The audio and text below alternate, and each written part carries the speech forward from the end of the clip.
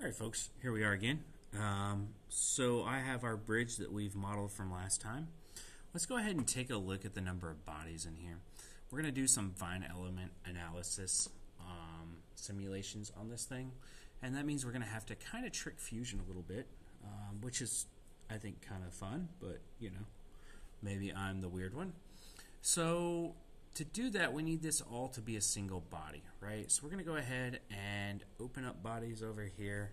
Remember, anytime you see these little triangles in Fusion, it means you can expand it out and find more stuff.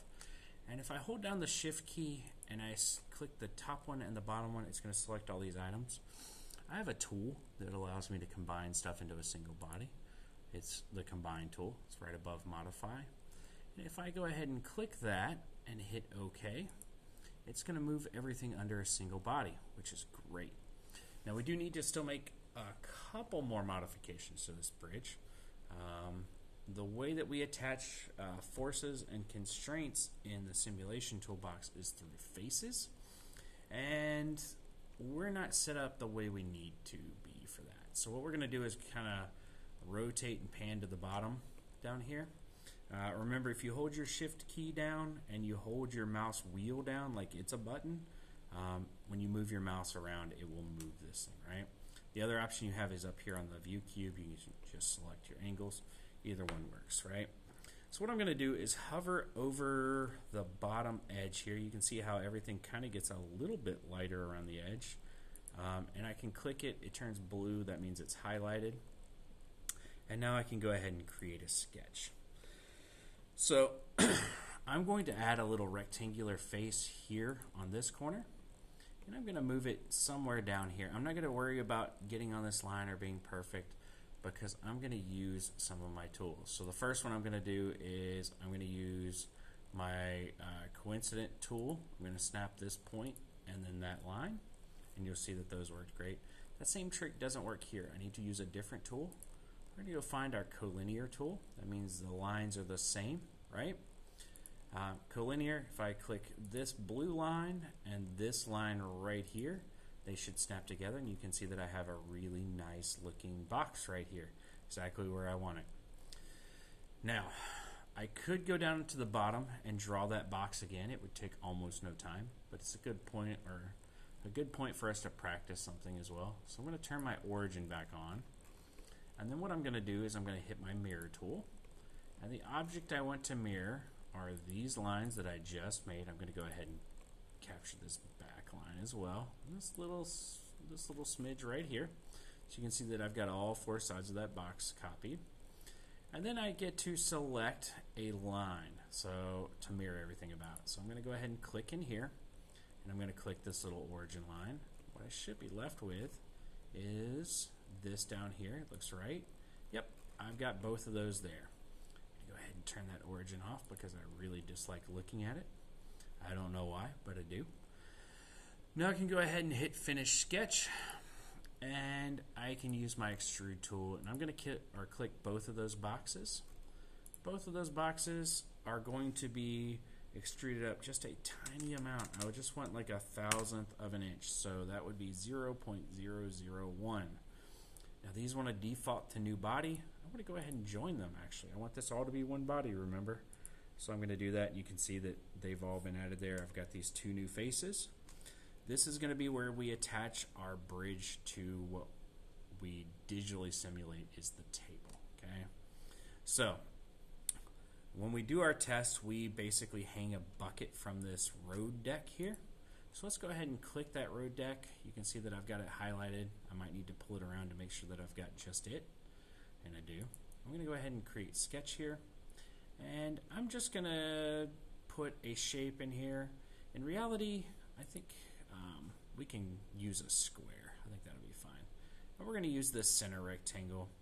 And what I'm going to do is I'm going to hover over this line right here, and I'm going to put this thing like this. Okay, you can see I have this rectangle here. I'm going to break out my dimension tool, and I'm going to go from here to the outside edge. I know it looks like I was clicking the origin, but I wasn't. And I'm going to type 1.25. And you're going to see that that puts it directly in the center of this bridge. Okay. And then I need to go ahead and give this thing a width. I'm going to make this 3 inches long. And you can see it jumped up. We'll fix that in just a second here. And then I need to give this thing, I'm going to make this like 1 inch wide.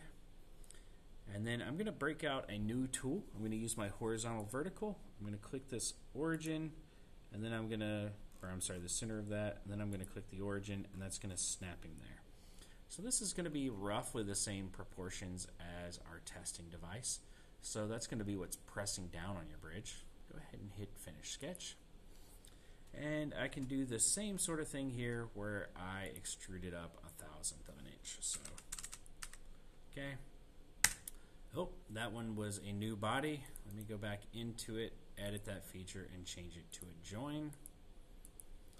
And now you can see that I have this face here. Now the next thing I need to do is go ahead and save this guy where he's at. And I can break out my simulation tools, right? So I think I'm going to break this video into 2 parts. Let's go ahead and set up our simulation in this video, and then we'll move into running it, and then I'll show you the results and talk to you about what they mean. So let's go through here. This is our design toolkit. If we click on it, we drop down, we get other toolkits. We're going to go with simulation, and you'll see it'll switch to a different thing. You need to remember that while I might talk about how the bucket moves while we're loading this thing, we're actually going to do this as a static model. It makes sense to simplify what we're doing for simulation. That way we can get kind of usable results here. So static stress test is what we're going to go with, and we're going to go ahead and create a study. And you'll see that our bridge popped in here. Now there was a mistake that I made, so I actually need to go back into design real quick. And I need to apply a material to this. I forgot to mention that. So I'm going to go ahead and apply material. We can't just throw any wood on here. It turns out wood is a natural fiber and does not model very well. Fusion will throw a hissy fit. So we've got 2 kind of engineered options in here. We have something called particle board, which is kind of a paper product. Or I'm sorry, it's kind of like it takes sawdust and compresses it down. And the other one we have is MDF, which is a paper product. So we're going to go ahead and pull MDF on them. It doesn't really matter which one. They'll both behave reasonably like balsa wood in this, okay? So let's go ahead and hit close. Now we can save it. We can go back into that simulation. Let's go ahead and do that. Here we go. Materials applied, all of that, right? So we're going to have to, unfortunately, deal with this origin plane in here. Oh, I'm sorry, no, we can turn that off. Yay. All right, so the first thing we're going to do is set up our constraints. So our constraint tool is right here. If we click this, we can click on this left-hand side, and we can apply a fixed constraint, which is what is by default there, okay? We're going to leave that one there. And then we're going to jump to the other side of the bridge. And on this side of the bridge, we're going to add another constraint. We've got several different options, but we're not going to do fixed. We're actually going to do frictionless on this side. And the reason we're going to do that is when we load these bridges between 2 independent surfaces, the bridge is going to be sliding on one side. The other side is going to be fixed, and that's just subtle differences in the surface friction, things like that. But it'll never be sliding on both at the same time. So we're just going to kind of pick a winner and a loser here. In reality, they might switch back and forth during the real test. We would never know. That it'd be very, very small motion. But we're going to go ahead and just pick that. And now the next thing we're going to do is we're going to go ahead and put a load on this thing, right? That tool is right here. And we can go ahead and click here. Now, by default, it is in newtons, but we could change units and switch to something like pounds force, and do that. I'm going to go ahead and leave mine in newtons because I don't mind newtons. It's a metric unit, but it doesn't bother me. It does, however, mean that I need to know about how much weight I'm putting on here. I want to put about 20 pounds on this bridge. And that's going to be something like 90 newtons, okay? Actually, that'll be a little tiny bit more than 20 pounds. But for the purposes of this test, that's close enough, okay? And we can see that it's on here. So let's go ahead and hit OK. And you'll see that something happened up here. Our pre-check turned green, and we're ready to run this. So I'm going to go ahead and stop this video here because I think it's getting a little bit long.